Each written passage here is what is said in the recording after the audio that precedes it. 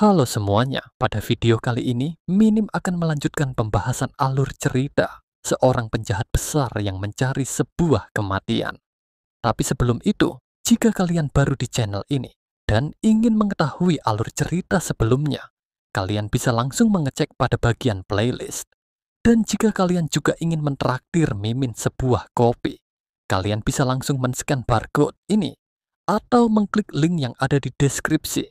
Jika sudah, mari kita mulai alur ceritanya. Pada alur cerita sebelumnya, di mana Nesya Otian yang sedang mengobati luka pada Master Li Fengzi, Nesya Otian justru dapat merasakan perasaan yang familiar, di mana ia berkata, "Ini aneh sekali. Mengapa luka dari wanita ini mirip dengan luka dari Pak Tua Li? Apakah para kultivator immortal memang bisa memiliki luka lama yang serupa?" Sementara itu, di sisi yang lain, di mana Master Li Fengzi yang tengah mendapatkan pengobatan dari Ni Xiaotian. Dengan wajah yang kebingungan, ia berpikir, ini benar-benar sulit untuk dipercaya. Bagaimana mungkin Mitian tiba-tiba melakukan hal baik seperti ini? Namun tampaknya luka di tubuhku telah membaik. Bahkan tampaknya kain yang membaluti tubuhku juga berasal dari pakaiannya. Apakah aku sudah salah menuduhnya? Meski begitu, tak apakah dia sempat melihat sesuatu yang seharusnya tidak boleh dilihat. Singkat cerita, di mana pengobatan dari Ni Xiaotian akhirnya telah selesai, sehingga dengan senyum ramah di wajahnya, Master Li Fengzi berterima kasih. Akan tetapi, ia juga mempertanyakan mengapa Ni Xiaotian membantunya meski mereka tidak saling mengenal. Menanggapi apa yang dikatakan Master Li Fengzi, sembari membersihkan jarum akupuntur yang telah ia pakai, Ni Xiaotian pun melontarkan sebuah pertanyaan. Apakah kita harus memiliki alasan untuk membantu seseorang yang sedang terluka? Namun ketika mendengar apa yang dikatakan oleh Ni Xiaotian, hal itu justru membuat Master Li Fengzi merasa terkejut, di mana ia berpikir, jika orang yang menimbulkan kekacauan besar di seluruh daratan ingin menyelamatkan seseorang, hal itu adalah hal yang tidak masuk akal. Sementara masih memikirkan hal itu, hingga tanpa Master Li Fengzi sadari, ia justru menatap Ni Xiaotian dengan begitu intens, sehingga ketika Ni Xiaotian menyadarinya, hal itu langsung membuatnya merasa malu dan canggung, yang dimana ia berpikir, jika ia tidak mengetahui apa yang sedang dipikirkannya, sehingga sembari melangkah mundur, ia pun juga menanyakan dengan sopan, apakah masih ada hal yang ingin ia tanyakan kepadanya?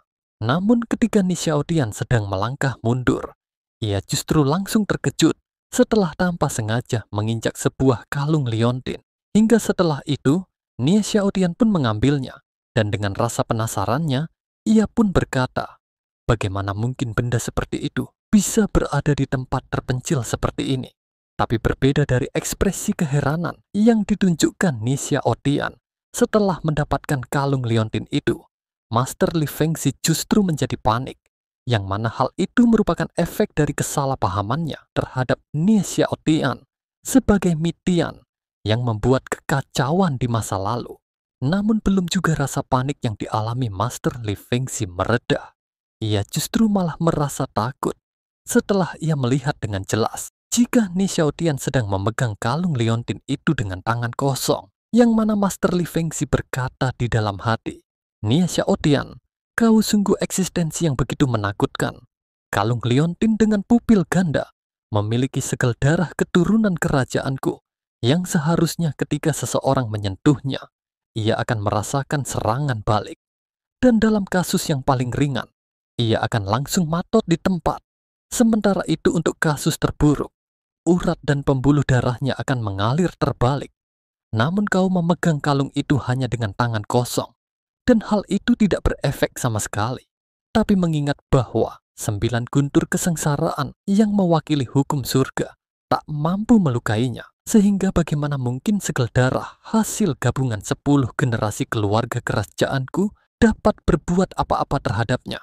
Kini, setelah melihat kalung yang ia cari berada di depan matanya, Master Li Fengzi pun ingin merebutnya untuk mengembalikan kejayaan kerajaan Xiantian. Namun sekarang hal itu akan sangat mustahil dilakukan. Yang mana menurut Master Li Fengzi, Merebut dari seorang Midian adalah hal yang sia-sia. Namun berbeda dari apa yang ia pikirkan, Nie Xiaotian justru secara tiba-tiba menarik tangan Master Li Fengxi dan langsung memberikan kalung liontin itu kepadanya sembari ia mengatakan agar tidak menghilangkan barang miliknya di tempat seperti ini. Sehingga apa yang dilakukan olehnya, Master Li Fengxi pun semakin terkejut, yang mana setelah menerima kalung itu, ia pun berkata di dalam diri, Nie Xiaotian, aku sungguh tidak dapat mengetahui apa sebenarnya yang ingin kau lakukan. Pertama kau membantu menyembuhkan lukaku, dan sekarang kau mengembalikan harta karun ini. Jika bukan karena aku mengetahui identitas aslimu, maka aku akan mengira kau adalah orang yang baik dengan hati yang murni. Hingga setelah itu, Master Li Fengxi pun langsung melompat ke udara. Lalu dengan wajah yang serius, ia pun mengatakan, apa yang sudah kau lakukan untukku hari ini akan aku ingat dengan baik. Namun di saat waktunya akan tiba, aku akan kembali dan mengambil nyawamu. Hingga setelah mengatakan hal itu, Master Li Fengxi pun langsung terbang menjauh. Namun mendengar apa yang dikatakan oleh Master Li Fengxi setelah apa yang telah ia lakukan, hal itu membuat Nie Xiaotian menjadi sangat kesal. Hingga setelah beberapa saat, Nie Xiaotian pun menyadari sesuatu dari perkataan Master Li Fengxi sebelumnya. Yang mana Nie Xiaotian berkata, tunggu dulu, barusan dia bilang apa? Aku akan mengambil nyawamu. Kenapa dia tiba-tiba ingin mengambil nyawaku? Apa jangan-jangan sang pendekar wanita itu memahami keinginanku dan ingin membalas budi dengan cara ini? Hingga setelah itu, dengan air mata yang mengalir, sebab pada akhirnya ada seseorang yang memahami keinginannya, Nie Xiaotian pun memberikan selamat jalan kepadanya dan akan menunggunya. Singkat cerita, hari pun berganti pagi, di mana terlihat Master Li Fengxi yang akhirnya kembali ke kediaman Nie Xiaotian. Akan tetapi ia tampak begitu kelelahan setelah menstabilkan kekuatannya semalaman, sehingga ia pun memutuskan untuk beristirahat sejenak. Namun belum sempat melangkah masuk ke ruangannya, Master Li Fengxi langsung menjadi sangat terkejut setelah sebuah suara yang sangat ia kenali memanggilnya Tuan Li. Hingga setelah itu, dengan wajah yang terlihat sangat panik, Master Li Fengxi pun langsung berbalik sembari mengatakan, Astaga Bu Hui, apakah kau bisa memanggilku dengan sebutan Master saja? Sementara itu, di mana Yao Bu Hui dan Lucier yang telah mengetahui jika Master mereka sudah keluar semalaman, meski ia masih terluka, mereka pun menjadi sangat marah dan mulai menyemprotkan berbagai teguran kepadanya.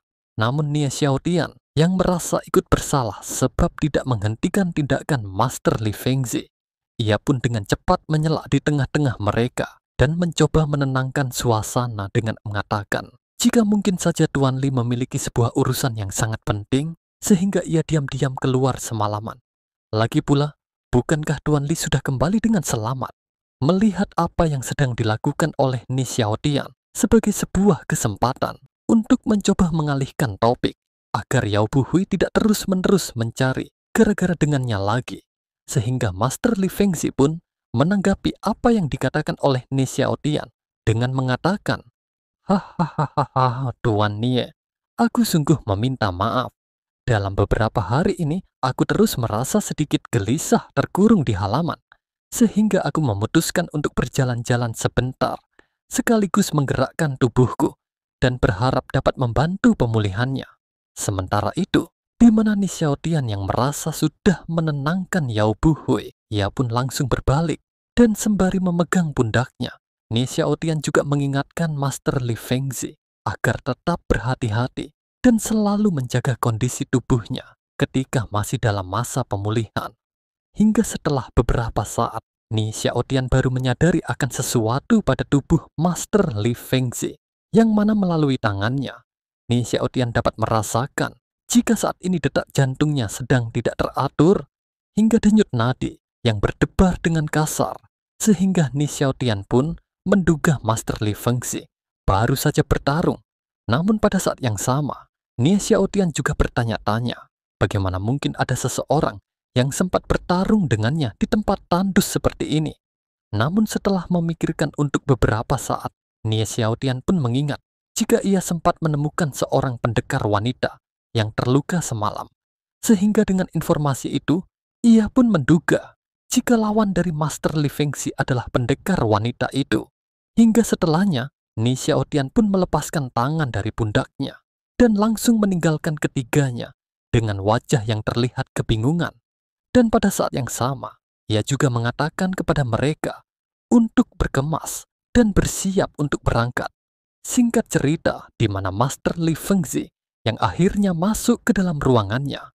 Namun ia juga tampak begitu kerepotan, yang mana ternyata setelah Ni Xiaotian meninggalkan mereka sebelumnya, Yao Buhui langsung memarahinya terus-menerus selama 1 jam penuh.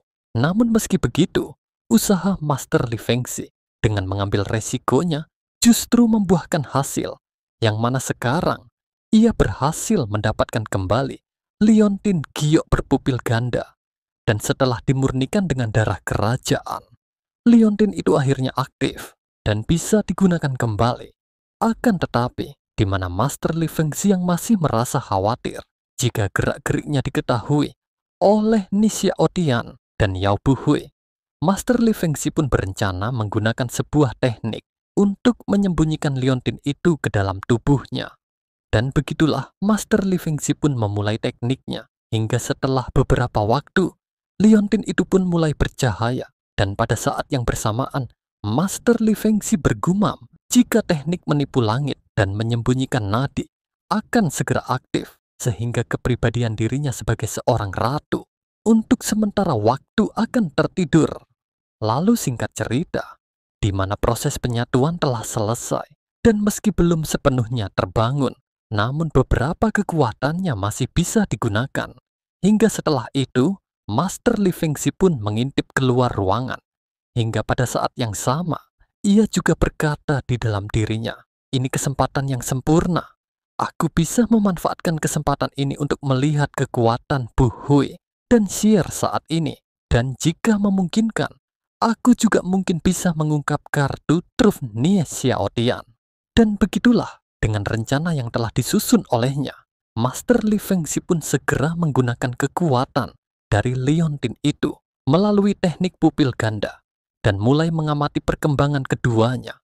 Hingga setelah Master Li Fengxi mengamati dengan begitu teliti, ia pun menyadari bahwa Lu Xier telah mengalami 2 kali peningkatan dalam kurun waktu beberapa hari saja.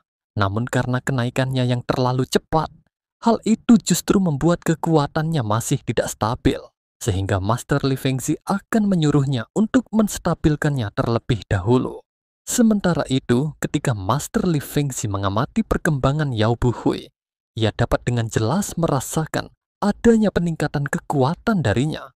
Namun berbeda dengan Lu Xier yang harus menstabilkan fondasinya, Yao Buhui yang berlatih dengan tempo tenang dan tidak terburu-buru, meski kenaikannya juga dibantu oleh Ni Xiaotian, sehingga karena hal itu, Master Li Fengxi pun tidak merasa khawatir terhadap fondasinya. Akan tetapi, ketika waktunya mengamati Ni Xiaotian, Master Li Fengxi justru langsung merasa kebingungan, di mana Master Li Fengxi tidak hanya gagal melihat tingkat kultivasinya, namun ia juga merasakan keanehan pada tubuhnya yang memancarkan cahaya yang lembut, hingga tanpa diduga cahaya itu mulai bersinar semakin kuat, sehingga Master Li Fengxi yang tengah menggunakan teknik pupil ganda pun terkena dampaknya dan mulai menjerit kesakitan, sehingga hal itu membuat Yao Buhui dan Lu Xier yang sebelumnya sedang membantu membereskan barang bawaan Ni Xiaotian pun langsung berlari untuk melihat kondisi master mereka. Dan begitulah, setelah mereka tiba di tempat Master Li Fengxi berada, Lu Xier segera menghampiri dan dengan cemas bertanya kepadanya dengan mengatakan, "Master, apakah Anda baik-baik saja?" Sementara itu, menanggapi apa yang ditanyakan kepadanya, Master Li Fengxi pun menjawab jika hal ini bukanlah apa-apa dan membuat alasan jika hanya pasir yang masuk ke matanya. Namun pada saat yang bersamaan, Master Li Fengxi juga berpikir, dasar sialan, aku dijebak. Tidak hanya gagal menyelidiki kekuatan Ni Xiaotian, mataku juga malah terasa perih karena guncangan kekuatannya. Tapi, apakah cahaya itu sungguh disebabkan oleh Ni Xiaotian? Kekuatan iblis ini ternyata sungguh jauh melampaui imajinasiku. Lalu singkat cerita, di mana Master Li Fengxi yang kembali menenangkan diri, ia pun mulai berpikir, meski ia tidak bisa melihat tingkat kultivasi Nie Xiao Tian, namun ia masih bisa melihat rencananya. Oleh karena itu, Master Li Fengxi pun sekali lagi menggunakan teknik pupil ganda untuk menelusuri barang apa yang dibawa oleh Nie Xiao Tian. Namun, begitu pandangannya menembus kain pembungkus barang bawaannya, Master Li Fengxi justru kembali dibuat terkejut, yang mana ia bertanya-tanya, artefak sihir macam apa ini? Sebab tidak hanya buku, kuas, dan obat-obatan, melainkan manik-manik yang tampak biasa saja, dapat memancarkan aura dan tekanan Tao yang luar biasa kuat. Hingga begitu menyadari barang seperti apa yang dibawa Nie Xiao Tian, Master Li Fengxi sontak menjadi begitu panik dan dengan cepat merogoh pakaiannya sembari bergumam. Jika dipikir-pikir lagi, harta karun ini baru menunjukkan kekuatannya setelah meninggalkan kediaman. Mungkinkah sebelumnya mereka tampak biasa saja sebab ditekan oleh kediamannya dan baru menunjukkan kekuatan sejatinya setelah terbebas dari tekanan itu? Tidak, jika barang-barang itu terus melepaskan kekuatan penindasannya, bukan hanya Bu Hui dan Lu Xier yang akan terpengaruh, hati Daoku bahkan akan terpengaruh. Karenanya, aku harus segera meminta Nie Xiao Tian mengumpulkan mereka semua. Dan begitulah, setelah Master Li Fengxi yang akhirnya menemukan benda yang ia cari, ia pun dengan segera berlari ke hadapan Nie Xiao Tian, lalu sembari menyerahkan benda yang berupa cincin penyimpanan. Master Li Fengxi pun berkata, "Tuan Ni, membawa begitu banyak barang bawaan pasti akan menyebabkan Anda merasa tidak nyaman ketika di jalan. Mumpung aku memiliki cincin penyimpanan di sini, mengapa Anda tidak menyimpan barang bawaan Anda di dalamnya?" Sampai di sini dulu pembahasan alur ceritanya. Jika kalian suka, jangan lupa untuk tekan tombol like dan subscribe. Jika sudah, Mimin pamit dan sampai jumpa di video berikutnya.